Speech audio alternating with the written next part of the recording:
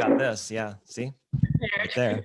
And then we can tear it off after. No, gee. Bonus points. Yeah, I just take a match and I just have the flames kind of consume it. It's like it's no more. No. Jig Nap will basically what they'll do is I'm going to go live now so we can still conversate. Basically, yeah, if I do anything with this in front of like and it's recorded and we put in flames or whatever, I'm going to hear from Jake and his classic way of saying, going, "Hey Robert, how's it going? Hey, about that broadcast, I think you really shouldn't have burned my book in front of millions of people on YouTube." And then it'll be very nice, but it'll be like a butt whipping, verbal butt whipping by him in a very nice way, where at the end of it, you feel very demeaned and like, I didn't like that at all. And it's kind of like a dressing down of your second grade teacher. Kind of feels like that, but I would never want to go there. Are we starting the live? Yes, we've already started live. We already talked about burning books, and we're off to a fantastic start. So this is remotely interesting number 5, 6, 7, so I can learn how to count and remember. This one is about fully custom designed sprints. We got a lot on the agenda, and I'm already 10 minutes late with this, which is my fault. On the call with us, we have two people that I have mentioned in the past that I feel are in an upward trajectory in terms of their content, their point of view, what they do with in the space of remote sprints. I highly value their opinions, and I look forward to what they're going to be doing in 2020 and beyond. So now that I've set both of them up for this grandiose success, you are more than welcome to go beyond, like below that bar and underperform. That's totally up to you. I'm kidding. No, I really do think the world of both of you. But we are having a general conversation about this. And so far, it looks like we have a pretty wide audience that's tuning in for this. I see Jerome, Alex, and Ken are all on YouTube. We have a number of people that are in chat. We have Justin Mertz, who I also think is amazing. Sylvian, Florian, who else is out there? Aina. Kim McCartan. I haven't seen that name in quite a long time. Somebody over on the GVDS. So we have a lot of people here. But let's get into this. This is going to be about fully custom design sprints. This is something that I have been kind of banging the drum about since late last year, about how this design sprint process seems to be morphing into other processes and other fashions. And it has been for a while, but it's coming to the forefront a little bit more, where you take the base 5-day or 4-day process of the design sprint and you customize it not only for time and constraints and other things, but you also mix in with it some other things around design thinking and make your own custom recipes. And by having Lisa and Johnny here, well, I'd like to get his perspective on that topic so we can learn from two people that are very much about innovation, very much about all different ways of looking at things and getting their perspective. So and also with us, outside of all the introductions, there's Sandy Lamp. I thought you just totally forgot about me. Yeah. So it's like, Sandy's the foundation of this entire show. Without her, I would just be a talking head with no sense of direction. So I'm happy she's here too. So while we are talking about this topic, feel free to put in your questions to either Johnny or to Lisa. Not to me, because I'm boring. Don't ask me any questions. I'm not worth it. Or to Sandy, and ask them questions about the topic of what they're going to talk about, which is fully custom design sprints, and let them know what you think. And also, if you want to get some answers about anything you're wondering about. So I'm going to first move this over to, actually, I'll move it to both of you. So Lisa and Johnny, you've had some conversations about this topic before we got on the air. And I'd like to ask the both of you, when someone says fully custom design sprints, what does that term mean to you two? What is that what kind of comes into your head when that statement's made? Now, Lisa, I guess I'll start with you. Okay, I'm so excited to be live. Okay, I'm gonna try and make this right. So in general, I would say that a design sprint is a partially flexible, partially predefined series of workshop exercises that have been defined by Google Ventures, but when it's fully customized, then you can exchange certain exercises, in my understanding, in order to solve a specific problem. So there are different types of sprints out there according to different goals that you want to achieve, like a brand sprint and a live sprint and different formats around different days. And for each and every one of us, there's a different definition until which point it makes sense to still call it a sprint, or just a workshop, also based on the previous discussions that were here. So my understanding of fully customizing it is to really go into looking into the problem and really trying to have a testable outcome that gives a potential answer to this problem. Okay. It will take more. I like that. In my definition, for sure. Johnny, where would you go with the term? How does it strike you? So fully customizable, I know, like, just based on the comments from your post yesterday, there's like two different camps that exist out there with design sprints in general. I feel like we got back up to what's a design sprint before we like start playing with it. So like you mentioned, time box, there's a result at the end. It's easy to repeat. It's easy to do, like copy, and it's easy to sell. That's the great part about it. But if we look at the two camps that exist out there, design sprints, like the purist, the people that don't want you to change anything. It's a method that is functioning perfect the way it is. You don't want to change too much. You can make it a little shorter, maybe a few days instead of as many days, but you don't want to touch it. Why? Because the brand integrity. You don't want people going off and doing stuff that isn't the normal process, because that breaks up the beauty of it. I experienced that at IBM.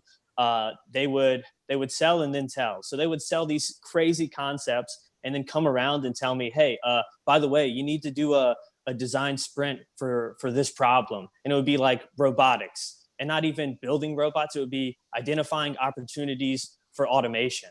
Okay, so now how are you going to run a sprint with that? So you kind of get pushed into a corner when people start selling things that they don't know the definition to. So that's, at this point, the beauty of design sprint. You could think of, if you're a purist, it's still untainted. It still is true to what it is. Now, if we switch to the other side of the coin, we're all innovators. We all want to, we all have our problems and we all need to solve them. So taking it apart just makes so much sense. Like taking it apart, throwing in new tools, throwing in old tools, and making it perfect for that specific objective. It just feels right to someone potentially like me. I know there's been the concept that design thinking is the ingredients, design sprint is the recipe. I like that analogy, but I like to expand upon it because there's so many ingredients that design thinking could give you. So if there's all these options in design thinking, then you've got your marketplace of ingredients, then you've got your cookbook, and then you've got your recipe. So design thinking may be a piece of it, but we need a cookbook full of all these cool design sprints using this method that's standard to go through. As far as like the semantics of the philosophy, it can get a little confusing. Like if design thinking is a recipe, then when you change one aspect of it, like meat in a lasagna, does it not become a lasagna? Or how small of a portion does it not become an actual portion? And so the semantics of it, we can all get lost. The result is, irregardless of what our opinions are, the market's running with it and using sprints in every different way and customizing every different thing. So for me, a customized sprint to wrap up, a customized sprint is a time-boxed series of workshops that come to a concrete tested result. There we go. And to follow that up with, what are some of the situations that you've encountered where a customized design sprint is necessary? We had a comment from Alex in chat saying that most of his design sprints are customized for his business needs, that they rarely deal with creatives in per se. So from your experience, when does a customized design sprint usually come into play? Lisa, you want to go first? You go first. You're on a roll. I'm still thinking. Okay. So when does it make sense? Oddly enough, the way I came about learning design sprints was probably the way many people did, but I was in the desert of Spain at a design studio, and I learned this process that I love, that was very visual and process driven. And we came up with our own method of design thinking that was not too dissimilar to design sprints. And based on that, we fell our way into the actual design sprint. So from the beginning, we were just, I apologize if Jake Knapp is listening, but we were just tearing the thing apart and throwing in all the cool exercises that we thought would bring more value. Say we were building, a good example is packaging design. So we had to redesign. In Spanish, it's called malla, but the net, that orange packaging comes in. So that crappy net that you have to rip apart and you don't really know why it's there. We had to redesign that to be eco squared. So eco-friendly and ecological. So, well, let's see, eco-friendly meaning not expensive and not bad for the environment. So instead of doing the classic design sprint, we focus really on everything being physical and visual and building basically prototyping sprints. So like a week full of creating things and recreating things and doing it over and over and over again based on different trends, which not too dissimilar from the design sprint, but coming out with 55 different prototypes as opposed to just one. So then you can select from there. So I guess the way I come about a customized sprint is just on the need. I like to freestyle a lot. So I'm probably going to tend to lean towards freestyling all the time and pulling tools out because I just like to experiment. I like consistency, but I like risk. It's just, it's tasty. Tasty risk. That's tasty a good way risk. I've never heard it that way, but that works. All right, what about you, Lisa? I just love listening to you so much, Johnny. Oh my God. Yeah, I think, in a field that's highly experimental, and adaptive, it should be allowed and actually requested to experiment with different formats, and I just like to go and read a lot of left field books, and try to bring them in. I mean, we did that at the last GBDS too, and we kind of redefined the map. And also in an on-site sprint of mine, it came out that, yes, we went with the very classic method of actually Design Sprint 2.0 by AJ and Smart. And then my team was full of creatives, and they were so gung-ho that we actually produced 3 prototypes in that week, but in a very straight effort, and it was a great team. But essentially what came out is that the map exercise wasn't so valuable for them. And then we switched things around. So in order to actually be, of course, you need to know the book, the book, the Bible, basically. You need to read that first before you can essentially create your own religion or print format in such a way and start playing around and breaking the rules. You need to know them first and then switch things out and come prepared, but be also prepared that things are going to change throughout the process. At least that has been my experience. And it was always very good to be very flexible and have other things, in your back pocket that you can come with or even think about at night for the next sprint day.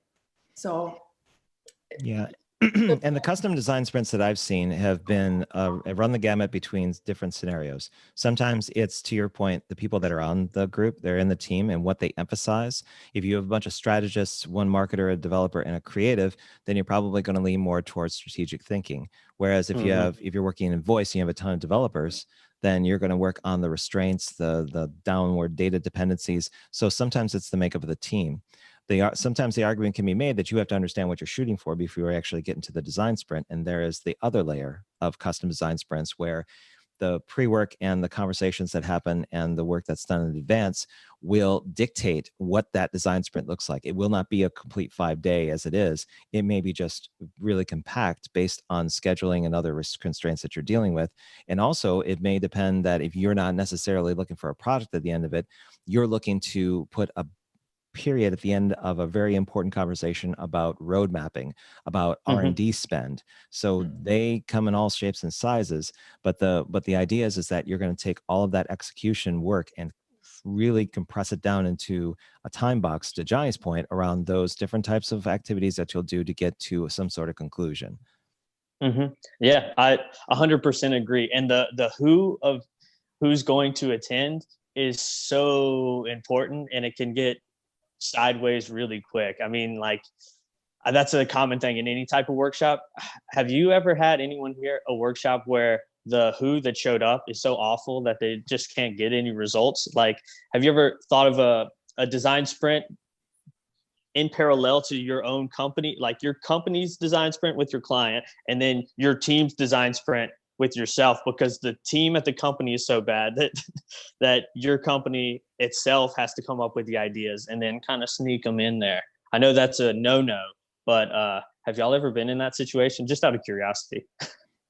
Lisa and Sandy, can you remark on that? Fortunately not, no. I've always been working with actually, really remarkable teams. And yeah, we just had a good fit and a high speed in there. And I just had the possibility to just focus on facilitation, even though I have a background in UX and prototyping and I could support there. But it's good to actually focus on the facilitation. I don't know how it would handle a bad team, if you will. You know, you can't duplicate and clone yourself within 4 or 5. So what for would sure. Yeah, But I think it's also, it's like. Go ahead, Sandy. no, I just thought that it's actually not that bad, even if your own team have to provide the ideas and whatever, because I don't know, as like a design sprinter, if you have a design sprint team, it's kind of our responsibility to actually help that moving. So as long as we actually, everyone was in the process, including their team, whatever outcome they choose, even it was ours, like my own team outcome, I think is still okay, because one of the biggest thing for a design sprint is to align the whole group. So as long as they are there, as long as they voted, as long as they witness the whole process, I think that's totally fine, that even though the outcome was ours in a sense. Was it remote or on site, Sandy? It was on site. And I mean, we did discovery before. We agreed to do it not because we knew it was the best case scenario, but because we were a startup that needed money. So we sold our soul a little bit, and then I guess it's like the Steve Jobs approach. Didn't he always have like multiple teams building the same thing? Or is that Microsoft? Regardless, it worked out in the end, but it was an interesting experience. I guess also, Robert, you were talking about more like the process that I use when creating a customized design sprint. And obviously a big part of that is from the beginning, defining really well the objective with the stakeholders. And then based on that, I go like a crazy man and go on the hunt for tools that I know can get us to that type of result. So I'll get on Medium and or the deep dark corners of the internet and look for any kind of article on the different highlights that I think are going to be necessary, whether it's prototyping or crazy ways to brainstorm or a simpler way to make a map. I look for those types of processes and then kind of fuse those together with some rather ridiculous icebreakers and warm-ups, because that's what I use. Humor is my engagement tool, so I always keep that right there with me. And then present that to the client and show them like, hey, this is how it's going to work. Sometimes they're like, well, we have 2.5 hours instead of 5 days. And I'm like, sweet. Thanks for letting me know while I planned all that stuff. And then somehow everyone does this, right? Somehow you start off with a 5-day plan and you turn it in 2.5 hours and you still get a result out of it. And it's like, it's mind blowing, but it just puts my faith more in the process and shows that I like to exaggerate, I guess, and add lots of pretty things. The question is, do you still call it as a design sprint though? I would say I lean towards, I'm more of a purist, like I mentioned before. I think sprint is separate from design sprint in a lot of ways. So sprint has become the term for a workshop that gets quickly to a result. And when you put design sprint before it, it's almost like a style of cooking, like the recipe before. So a design sprint is a specific way of doing things following this method. And you can probably shorten it and make it longer within that context. But then once you start bouncing around and doing completely different things and calling it a sprint, that's more just to say it's following the business needs. So the world's moving faster. We need products faster. We need marketing faster. So this word means faster. So when we do a sprint, we get to a result faster. I wouldn't necessarily say everything like a brand sprint is a brand design sprint, but it's oftentimes completely different than a traditional design sprint. So if you're pure and don't want to get away from it and think design sprint should just be that, then I get that. But the market is changing and you're going to have to change eventually. So I'm a purist for now, but I'm going to have to change. Yes, I do agree that we're moving fast, but I wouldn't call a 2.5 hour effort a sprint. I had a similar case once, and I was actually running a mixture, and I stated that clearly. Okay, we don't have enough time for a sprint. These are your objectives. You want to come out with some type of a prototype, as rudimental as it may be, within 2.5 hours. And I made that clear that this is more of a taster of what could be done in a sprint. And I selectively took out certain exercises like storyboarding. So what I did in that case is I combined an LDJ. I did 1.5 hours of a classic LDJ with a lot of research and data up front that I all had to come up with because I didn't get any information. It was like a test run with the company.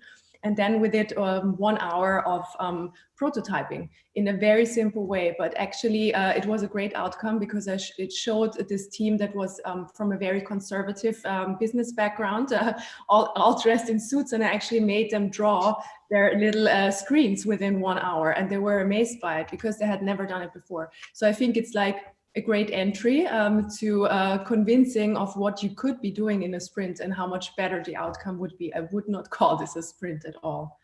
So that kind of follows up the question for you, Lisa, that Johnny had fielded. It's like with your process, how do you build out a fully customized design sprint?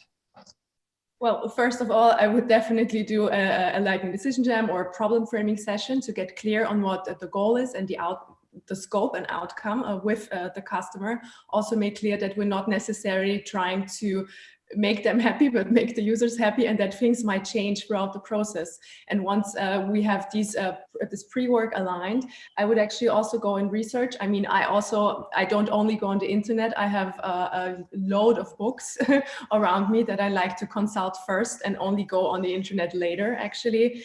And so I basically go through the regular motions of diverging and converging, and I still want to stick with that framework and what works, but selectively switch out certain exercises. And for that, I actually do a lot of research and comparison of what's out there and what works. And then I map out everything on Post-its or in Mural and compare these things and make sure that the flow works. And then I have a roadmap, and most of the time, then I will also know that it's going to change. And most of the time I have more exercises prepared than we would actually be able to do in order to have it up my sleeve and be able to react in the situation. And how closely do those exercises align with the traditional design sprint process? Well, I would say 50-50. So there are certain exercises that I would like to keep in there, but also we had a discussion about the map, and how it's doable and relevant in a remote setting lately. And you, Robert, mentioned something about fractal paving, and I found that also very interesting and more open. So I think, of course, we're building on something that has been created by the sprint creators, and by people whom we respect a lot, but in a field of experimentation, it should be possible to actually build on top of that and write some type of a new thesis, by actually doing something new and trying it out. So I think it makes a lot of sense. And I like your approach, to this redefinition of a map exercise much more than this rigid definition that not necessarily every time gives you a new insight while doing it with a client. So this is one thing that I've experienced that I would switch out, I think. Yeah, it's for me, it was trying to figure out what caused the most friction within the design sprint process. And there were two clear things, three really, but two I centered on was the making of the map and crazy eights, actually, which somebody termed before crazy waste, which I found pretty funny, just because it didn't seem to elicit the right outputs. And it was a reorientation of expectation inside both in-person and then eventually virtual sessions that had me go in different directions with that. So the analogy I made a long time ago was this is really about building different Iron Man suits. The original suit is basically going to protect you. It was kind of clunky. You walked in the desert. If you saw the movie, you're just trying to work your way through different problems. But then eventually you sleek it down, you understand its concepts and the technology behind it, and you get better at producing something that's just as efficient. And you're basically taking the same ingredients, but now you're refining it based on your strengths, based on what you see working in through experimentation and through experience. And then ultimately, you're going to go after the pain points and the problems that your client wants and how much you're going to solve for them and whether or not design sprint works in the first place. But all of those different influences kind of, for me, kind of color how a fully customized design sprint works. So I guess I want to ask Sandy, because Sandy's been playing in the virtual space with me for a while. Based on our collective work in the Global Virtual Design Sprint, what would you classify a fully customized design sprint to be? I think first of all, if we are doing a remote design sprint, it's already automatically means that we have to customize it. There's no way you can transition an in-person design sprint into a remote setting, one-to-one. It just doesn't work. It's not going to produce the same result if you were going to do that. I mean, you could try, but you never will get the same results that way. A lot of the exercise just needs to be customized, like the map. Like if you were going to get people to just talk out loud and then do that, like imagine everyone get on Zoom call, you cannot just talk over each other, right? Like that's not even possible. So like this kind of activities, like we have to customize in a way. Yeah. So in the past few GVDS, in my experience, that we try to stick with the process as much as possible. We only customize it to fit into the remote environment.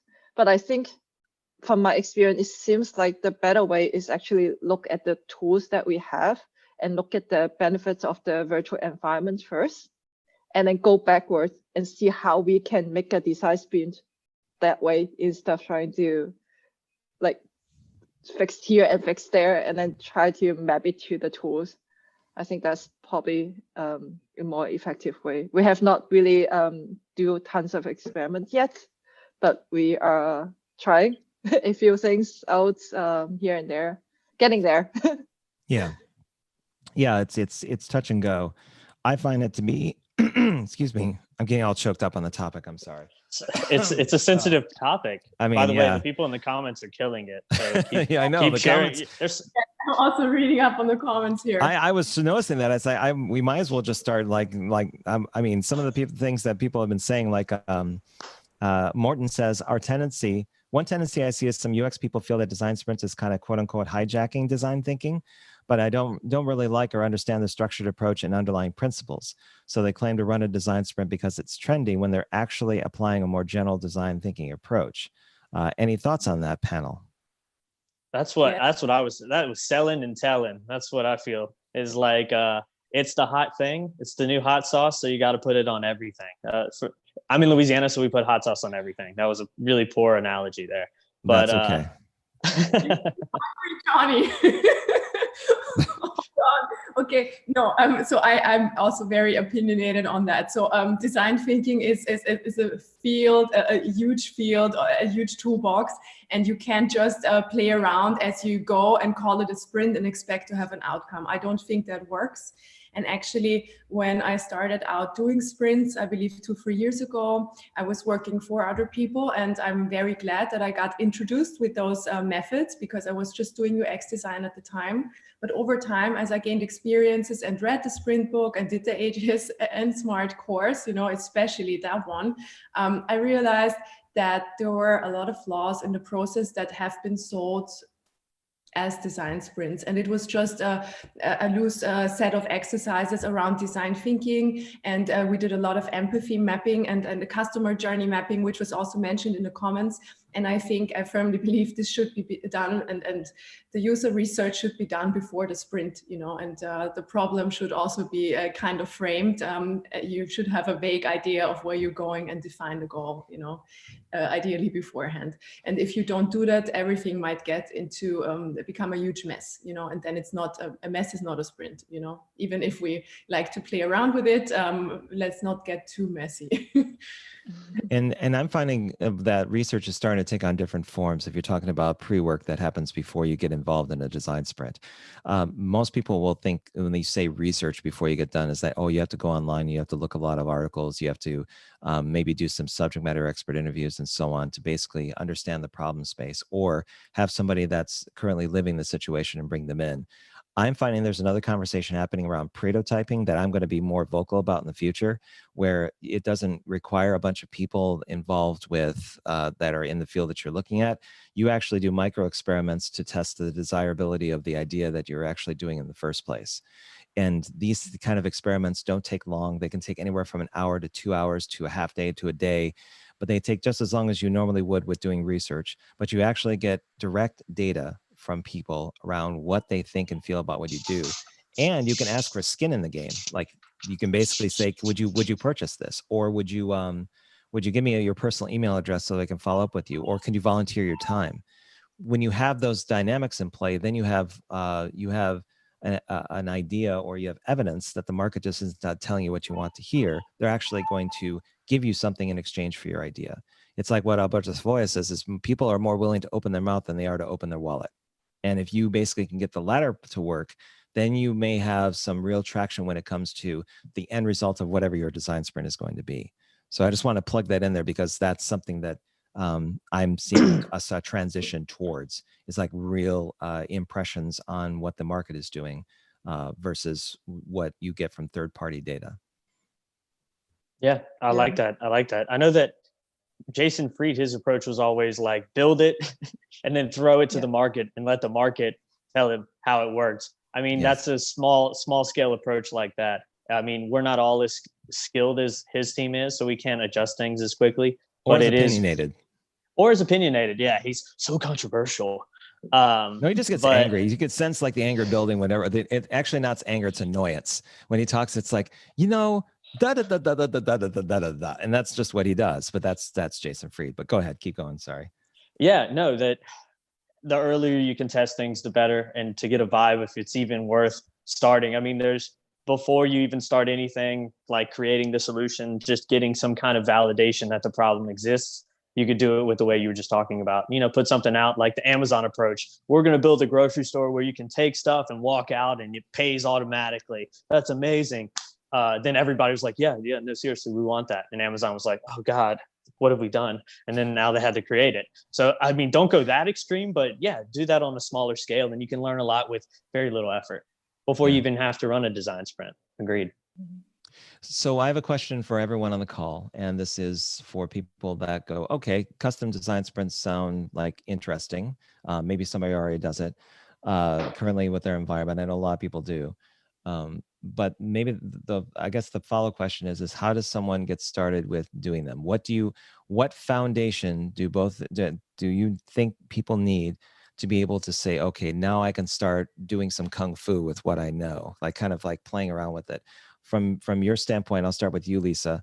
What do you think that people have to have as a foundation before they start exploring or experimenting with custom design sprints?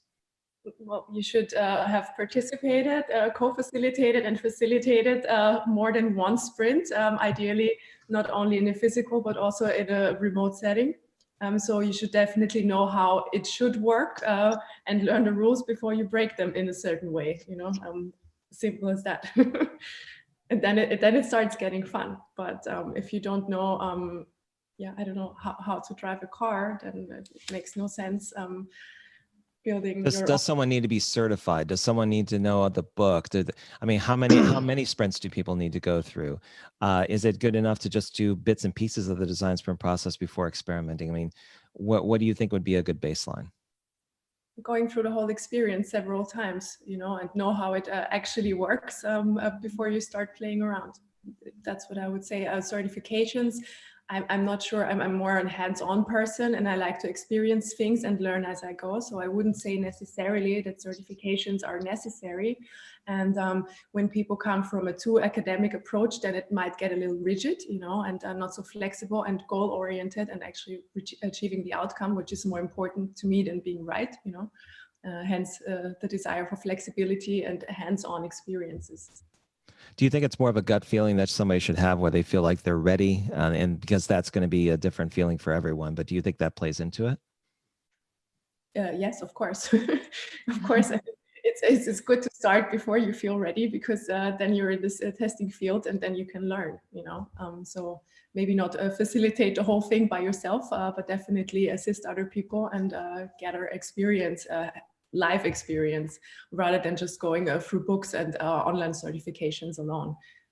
That's really build your skill set. But it's also a matter of character. Some people like to go through the theory first before they feel safe and able to do it, and others just jump right in. Yeah, I definitely think it's good to have a base level of like tools that are your go-to tools, like 3 or 4 that you've like kind of mastered, whether you learn those like doing meetups or just like doing stuff online, like your global virtual design sprint. Just know how to control at least like 3 or 4 tools, and then you can start adding stuff and running random stuff as much as you want. I like people who honestly, I talk to people on LinkedIn that have just started, say, with design thinking, and they're just throwing stuff together. They come up with some crazy ideas. And so sometimes I like when they don't know anything, but you have to have your ideas and then share them with someone in the know, and then get feedback on why it's not going to work, or else you're going to start building things that are so wonky that the last thing you're going to deliver is a result. So you really want to make sure you have that base level of knowledge, like you mentioned, so that you know where the walls are, and then get crazy and get feedback, even if it's not running it, but getting feedback from someone that you trust and you know is knowledgeable in that particular area. I know that's from my experience. That's what I did. I learned design thinking and design sprints from sitting in workshops in Spanish with my broken Spanish and observing everything that was happening. So mine was 100% observational, and then having to re-engineer it, which was horrible, but it taught me Spanish. So who's the real winner, right? So you definitely are, though. I really want you to say hot sauce in Spanish now. Salsa caliente. Hey, there you go. That should be the name of your new consulting agency, Salsa Caliente. Yeah, I know. Actually, speaking of that, the place where I learned everything from, they didn't call it workshops, they called it flows.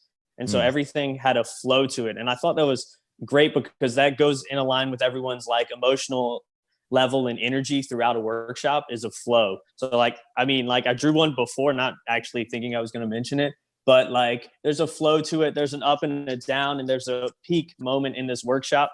And when you connect several flows together, then you get a sprint. And I thought that was a great way to look at it, because it helped me pick the exercises the right way based on how much energy these people are going to have, what moment in the workshop it is, what part of the focus do I need to put on that.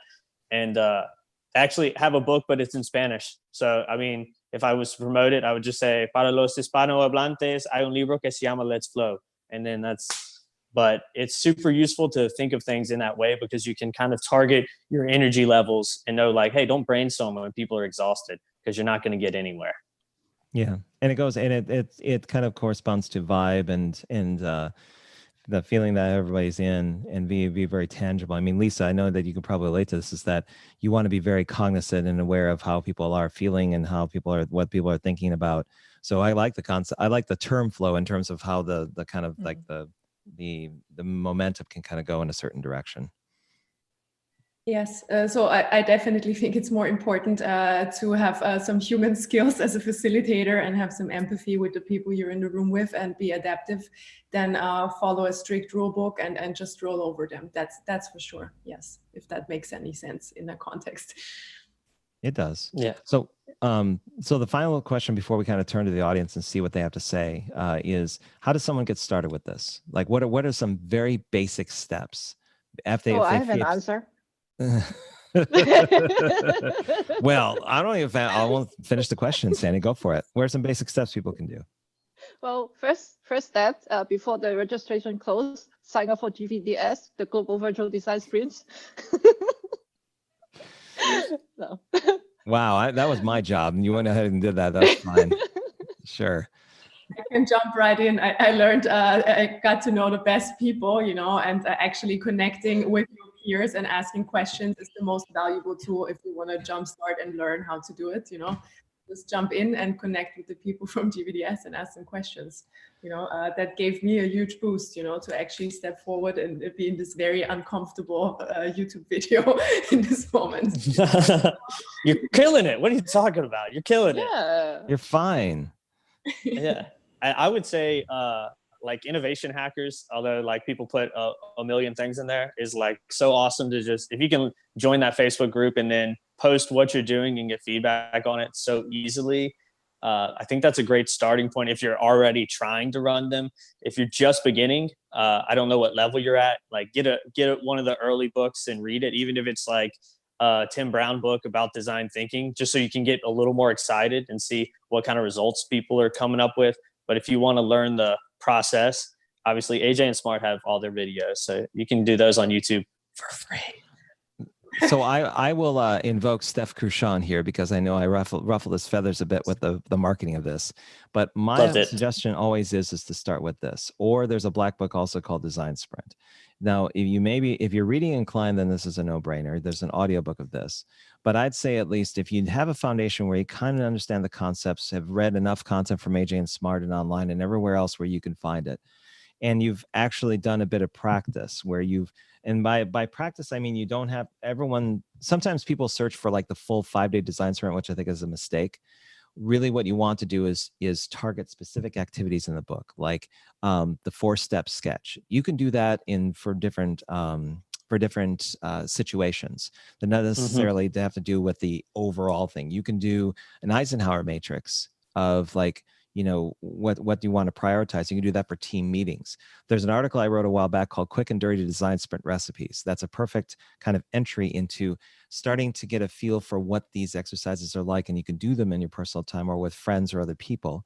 And there's also another one called How to Learn Design Sprints, where it has some suggestions on where you can go from there. But if you feel like you kind of have an idea what it is, you've had a sampling, to Lisa's point, you've gone through the practice, then the first steps really are to think about what you can do that would be a micro experiment that would have you go through the process like a full Tuesday of ideation, but switch out with something different. Like instead of crazy eights, do fractal pathing and take your idea, or no, hypozooming, and basically instead of trying to put 8 variations of things, take all the different elements that are interesting to you and don't constrain it to 8 minutes, but explore where those go. And then based on all of the different variations you do, you pick and choose which one you seem to be the best one out of the ideas you have in your head. That's one example where you can start playing with the model like we've been talking about in this call. You can essentially switch things out, see if it feels right, if you feel like you have confidence with it, if it gives you the output you expect. And that's where you start to play a bit. It's like, well, I know my car looks like a nice color, but I kind of want to paint it cherry red. I want to kind of put a little bit of I want to upgrade the engine a bit. Same analogy. You just want to try to swap things out or try different things to see if they elicit the same type of outcomes. And yes, you could sign up for the Global Virtual Design Sprint, which I'll get into very later in the call, but that is pretty much an international like event where we get people of all stripes together to do custom virtual design sprints. This year, it's going to be about 10 hours online, 10 hours offline in any given week. But essentially, they're going to be exercises that take directly from the book, this one, and mix in some things that I've experienced that are more efficient or actually experience right outcomes, and then encourage people who are in those sprints to put in their own exercises. Like Sabrina Gorich has done mood boards in the past. I know that someone else has done a different type of pre-work where it's not problem framing, but it's more a combination of early experimentation with their subject matter experts to see what really mattered. So yeah, you can go in different directions, but as long as you have the foundation, just do micro experiments to really understand what aligns with you and what kind of outputs you want.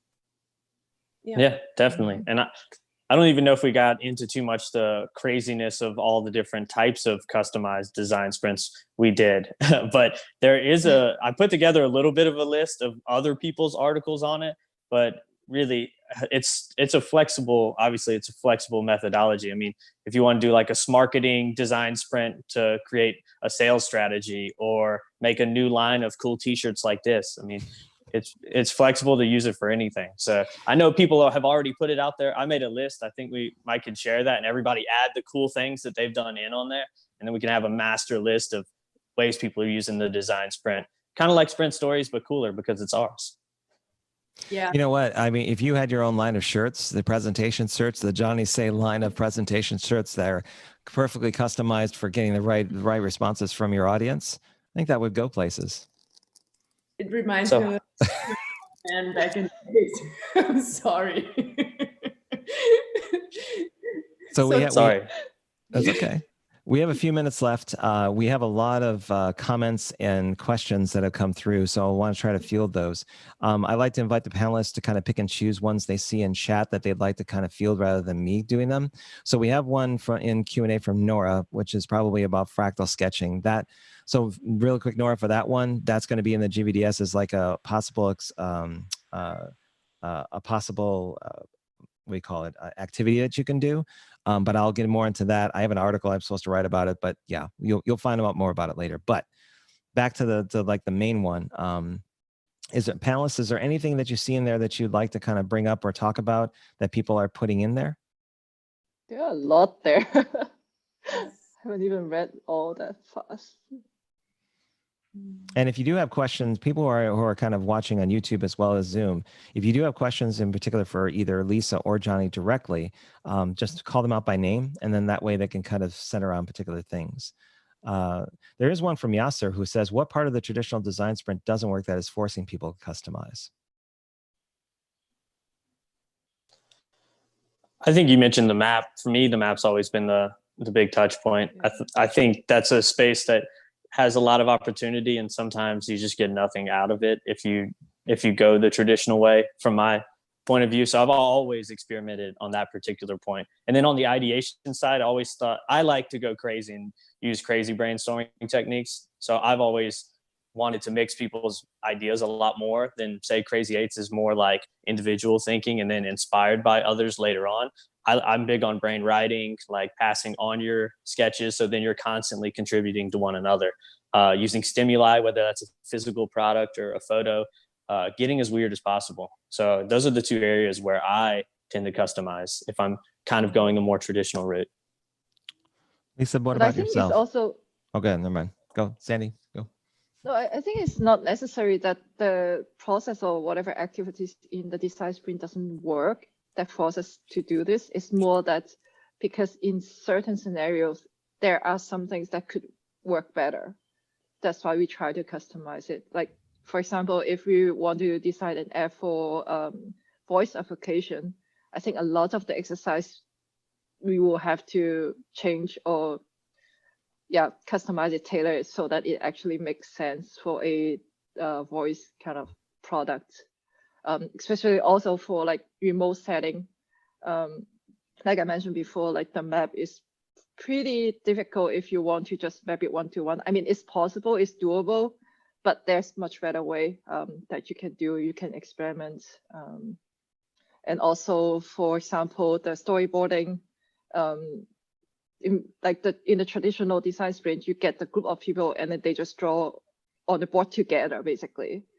But in a remote setting, that's kind of tricky in a sense. It's still doable, but there's better ways of doing it, and then that could, that could help the collaboration better. So yeah, I guess back to what I mentioned before, it's almost like you want to look at the tools and look at the situation scenarios, and then go backwards and see what fits better. Yeah. You gonna go, Lisa? I have a question. Like, what's the weirdest problem y'all have solved with design sprints in general? Like, what's the weirdest thing you had to tackle? The weirdest or the most uncomfortable? Because they can kind of be the same, one and the same. You can define weird however you want it.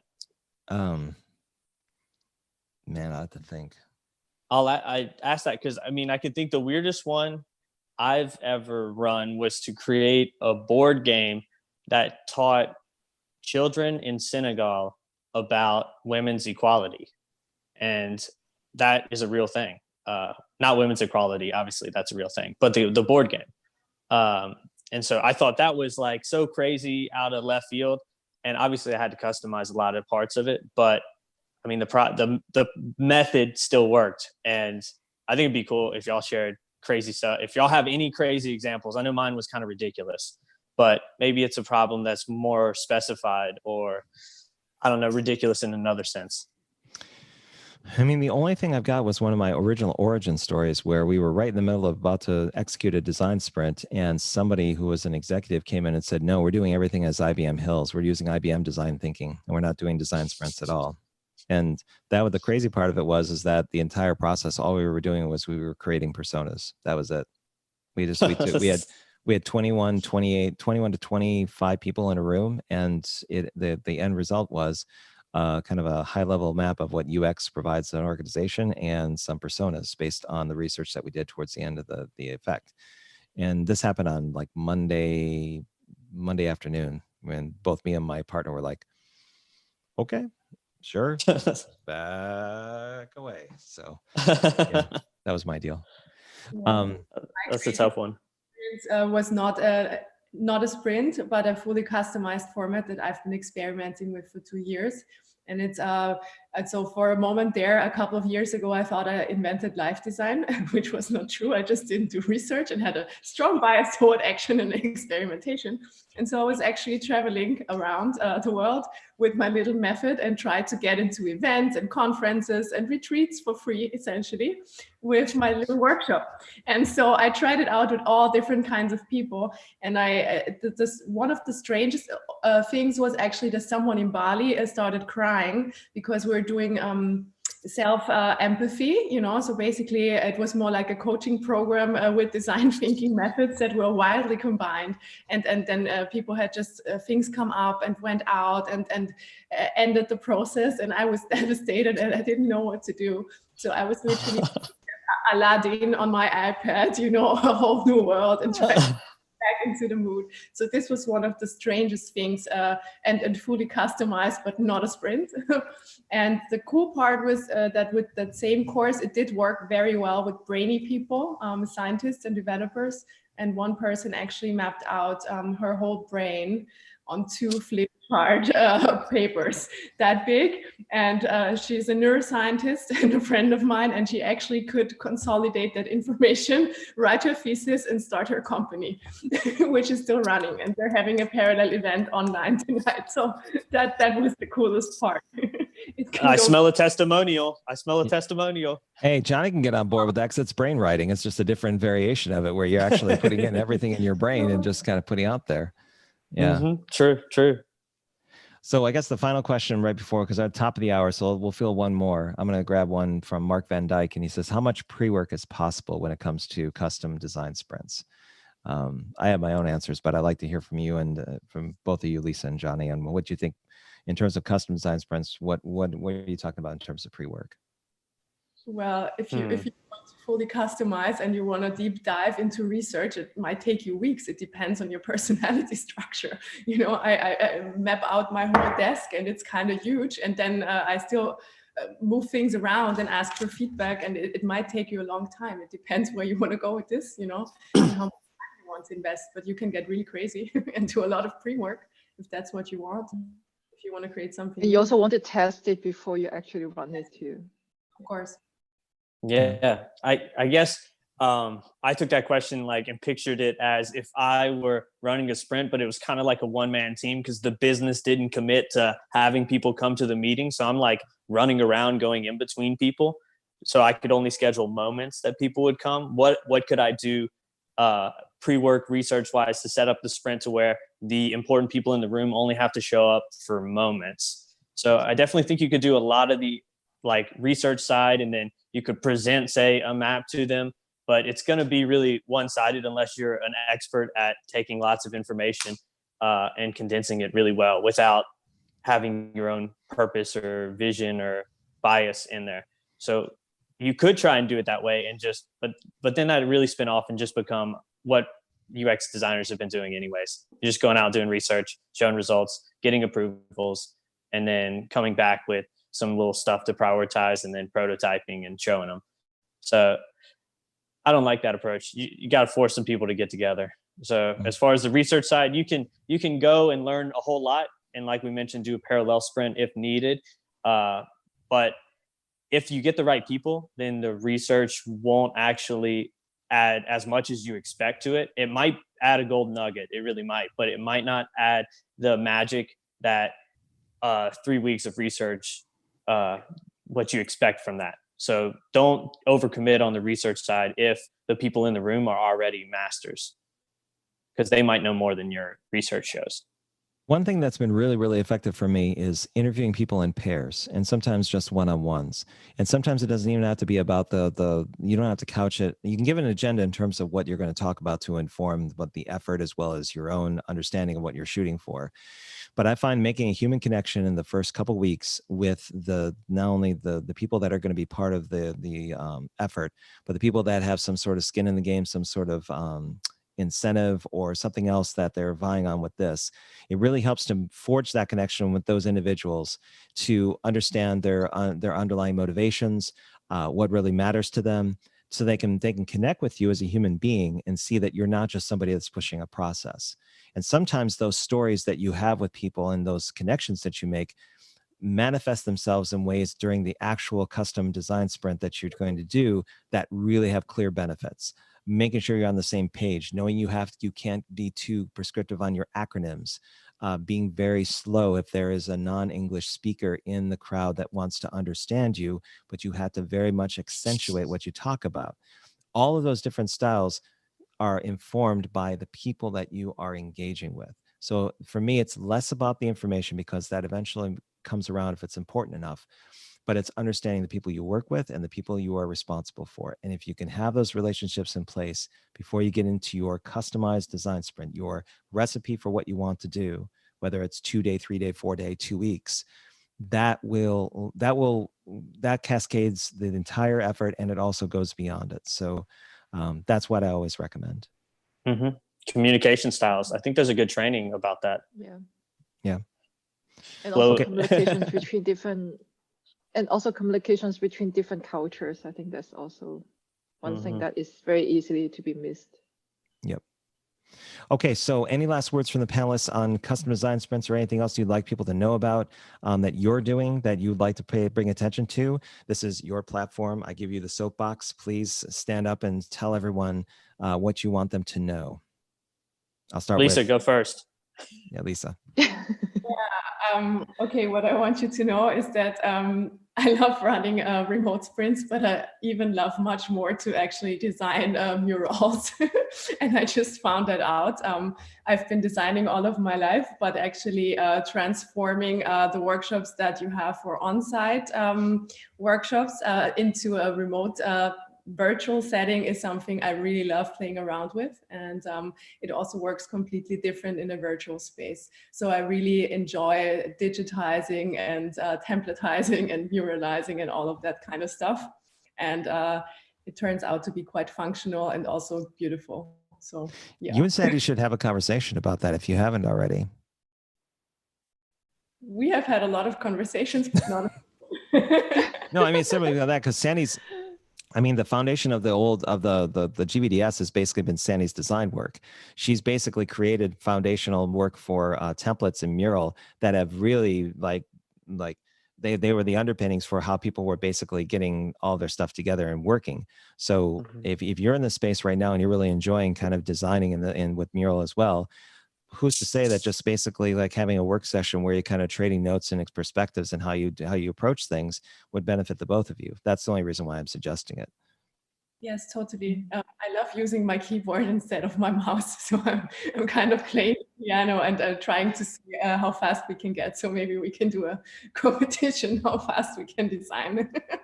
I like that. Yeah, totally. Johnny, what have you got coming up you want people to know about, or any last words about custom design sprints? Sure. Self-plug. I did co-write the book Let's Flow, which is on letsflow.com. It's 100% in Spanish right now, but it will be coming out in English. And so I'm going to try and get a link for like 20 of the tools. Basically, it's 105 design thinking tools that are coded to where you, just like a deck of cards, pick them out and then put the workshop together without even thinking about it. So it's like pre-built workshops, no thinking, fun stuff. But it'll be coming out in English, and I want to give away the first 20 tools for free. So I'll try and put a link on my LinkedIn. So just follow me. Give me a follow. I'm the only Johnny Saye in the world besides my father. He, unlike me, is not creative. He couldn't even think of an original name for me. So no, he's a great guy. I love that guy. Don't you see in 5 years, Johnny being this guy that basically we all knew when he had the dress down shirts and everything. And then 5 years now, he's going to be like, hey, it's Johnny Saye. It's like, hey, and it's like, I just have to sit back and let him ride with it. Johnny, I give you till the end of August to have that English version up, because I do want to check it out because it sounds really interesting. So, prioritize. I will, come to your door and say, Johnny, I don't speak Spanish, please. No habla español. I need those cards. I need the flow, please. I so desperately want to take over the Spanish market of design thinking. I know there's like Escuela de Innovación is from Argentina and they're doing cool stuff, but I have a cooler accent. I speak broken Spanish. It's special. Dude, you're like Mr. Personality. You don't really need like to look at what anybody else is doing. Just do Johnny Saye. You've got all the right elements. It's why I was telling Lisa, she's got all the foundational stuff for purpose, for drive, and everything else. And when she puts her mind to it, she does amazing things. You're in the same camp. All you really have to do is just double down on your personal brand, and you're set. I mean, even if you don't get the kind of reactions you're thinking about online with some of the stuff you're doing, that doesn't mean it's bad. It just means that people aren't paying as much attention right now. But if you have that historical narrative, it's like with the GVDS, it started 3 years ago and now it's here. And if people know about it, you know what it's about, then, huh? 3 years ago? I think 2. Is it 2? I think so. Okay, it seems like it's 3 years ago. Quarantine adds a year on everything. There you go. Quarantine kind of makes everything extended. So, all right, we're over time. Wrap this up. Thank you, Johnny Saye. Thank you, Lisa Weinsberger. Thank you both for coming on. Check them out. I'm going to put up their LinkedIn profiles later as a follow-up. If you want to, you can go ahead and put that into the message. 2 more days and the registration for the Global Virtual Design Sprint is done. You won't be able to get in. So if you've been thinking about it, on the fence, wondering, you've got 2 people here that have already experienced it. I think both of you are part of it this year, right? Or is it, Johnny, are you on the fence this time around? I haven't signed up yet, but I was going to, but it looks like I have 2 days. So I need to do it today. You got till Friday, bud. And then after that, it's you can go off and do other things if you like. I'm not going to hold you to anything. Anyone who wants to sign up, message me. I can give you 20% off. What's that? Oh yeah. So so we have referral links. So all the people that are on the panel right now have been through the GVDS. If you basically inquire with them, I'll give them all a link that they can use for referrals. You get 20% off. I think it's 25% off of what we're currently charging. Ooh. And then they basically, and I haven't said this publicly, but there is like a thank you that comes to every person that refers someone. So that's going to be coming towards the end of the event. It's just that I don't profess it, but you will get something from me personally for as a thank you for referring people to the event. So I'm going to put in so that I'm not like just basically being salesy. I put a link in and I'm going to put it to everybody, not just the panelists. Try it again. Bam. Get 60% off if they fill in all our names. I don't think that works like No. But that link will basically tell you what it is all about. So you're wondering what we're referring to, and you can do your own research. But do join us if you'd like to. Every time around it gets a little better. So hopefully I'm going to live up to expectations this time around and not completely. It's going to be fine. It's going to be fantastic. So it's going to be amazing. It's going to be huge. It's going to be huge. Amazing. So for Lisa Weinsberger, for Sandy Lamb, and for Johnny Saye, this is Remotely Interesting number 7, signing off on fully custom design sprints. Thank you very much on Zoom for coming in. You're listening to the recording. Hope you're doing well when you're watching the recording. For everybody that was on YouTube, a very active crowd over there. Sorry we couldn't get to a lot of the questions you had, but it's just a part and parcel of what we do. Thanks, everyone. One thing before we do leave is I'll get a gallery view so we can get a shot of everyone, as always. And I think, as is tradition, you can put something in front of the camera, but maybe since we're talking about, so we do this. So we're talking about custom design sprints, but we still love the blue book. It's okay. It's good. There you go. That's perfect. All right, hang on. I got to do full screen. And here we go. 1, 2, and is that 3? There you go. We're good. Right. Thanks, everybody. Enjoy the rest of your week, and talk to y'all later, okay? Thanks a lot, Lisa and Johnny, for coming on. Really appreciate it.